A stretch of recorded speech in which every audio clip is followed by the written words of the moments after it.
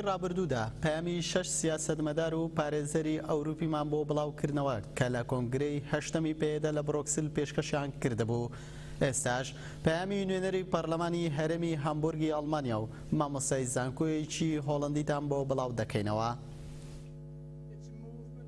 مامۆستای بەشی کۆمەڵناسی لە زانکۆی واخی نینخنی هۆڵندا پرۆفسۆر یوست یۆنخردن لە پەیامەکەی خۆیدا ڕایگەیاند شۆڕشی ڕۆژاوا ڕێگەیەکی تری پێکەوژیانی ئاشتیانەی خستە بواری جێبەجێکردنەوە.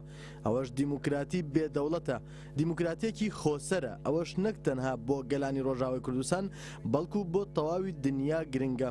وتیشی ڕۆژاوا نمونەیەکە بۆ هەموو کەسانی کە باوەڕیان وایە هەبوونی دنیایەکی دیکە مەیسەرە.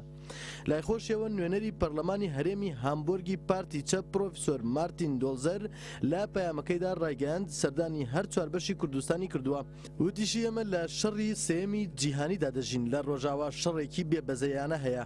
ئەردۆگانی دیکتاتۆر و داعش دژمنی مرۆڤایەتین، بەڵام لە بەرامبەریشدا بزوتنەوەیەک هەیە کە کۆمەڵگایەک دروست دەکەن لەسەر بنەمای خۆشەویستی تێگەشتن و ڕێزگرتن، ئەوانیش کوردەکانن.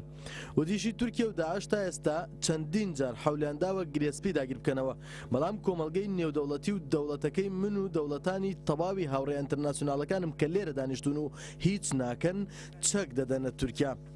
ئەو پرۆفسۆرەی یاسا ڕاشیگەیان کاتێک قەندیل بۆمباران دەکەن یاسای نێونەتەوەی پێشێل دەکەن. کاتێک ئەردۆگان فەرمان دەدا بە سەربازەکانی لە جەزیرەیە بە زیندوی خەڵ لە ژێرخانەکاندا بسووتێنن یاسای نێونەتەوەی پێشێل دەکرێت. کاتێک تورکیا لەگەڵ داعش دەست لە کاروباری سووریە وەردەدا و سەربازی دەنێرێتە ئەوێ یاسای ناونەتەوەی پێشێل دەکرێت.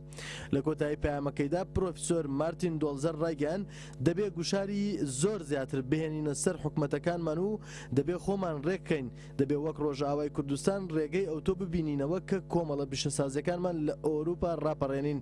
ڕەنگە لە ڕۆژئاوای کوردستانەوە فێربین کە چۆن شۆڕشێک لە ئەوروپا دەتوانرێ وەڕێ بخرێ.